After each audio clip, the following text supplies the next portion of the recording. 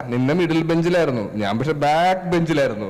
അതുകൊണ്ട് എനിക്ക് ഇതൊക്കെ പുതുമയുള്ള കാര്യങ്ങളാണ്. കാരണം എൻ്റെ അച്ഛൻ്റെ ആഗ്രഹമായിരുന്നു എനിക്ക് 10ാം ക്ലാസ്സിലൊരു ഫുൾ A+ ഒക്കെ കിട്ടി എൻ്റെ ഒരു ഫ്ലെക്സ് അവിടെ വെക്കണം, പറവൂര് വെക്കണം എന്നുള്ള ഒരു ആഗ്രഹം ഉണ്ടായിരുന്നു. പക്ഷെ അത് നടന്നില്ല. പകരം ഞാനും എൻ്റെ അനിയനും കൂടി അച്ഛനെ നാഷണൽ അവാർഡ് കിട്ടിയപ്പോ ഒരു ഫ്ലെക്സ് വെച്ചു.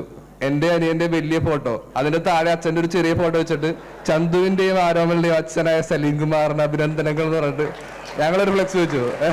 അത് ഞാനും എന്റെ സ്കൂളുകാരോട് ഉള്ളൊരു ഡീലിങ്സ് ആയിരുന്നു. അപ്പൊ സ്കൂളിന്റെ പേരൊക്കെ വെച്ചിട്ട് വലുതാക്കി വെച്ച് അച്ഛന്റെ ഫോട്ടോ ചെറുത്, എന്റെ വലിയ ഫോട്ടോ ഒക്കെ വെച്ചിട്ട്. അപ്പൊ അത് അങ്ങനത്തെ ഒരു ആഗ്രഹം ഞാൻ സാധിച്ചു കൊടുത്തിട്ടുണ്ടല്ലാതെ ഇങ്ങനെ ഒരു ഫ്ലെക്സ് ഒരിക്കലും എനിക്ക് വെക്കാൻ സാധിച്ചിട്ടില്ല.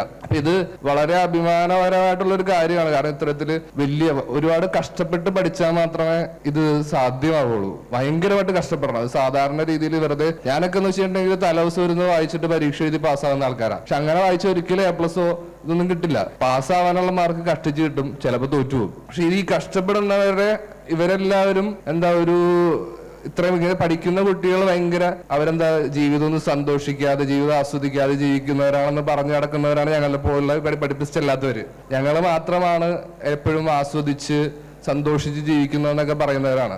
പക്ഷെ അങ്ങനെ ഒന്നുമല്ല. പഠിച്ച് സന്തോഷിച്ച് ആസ്വദിച്ച് ഒക്കെ നമുക്കൊരു വലിയ ഇത്ര മാർക്കുകളൊക്കെ വാങ്ങാൻ സാധിക്കും.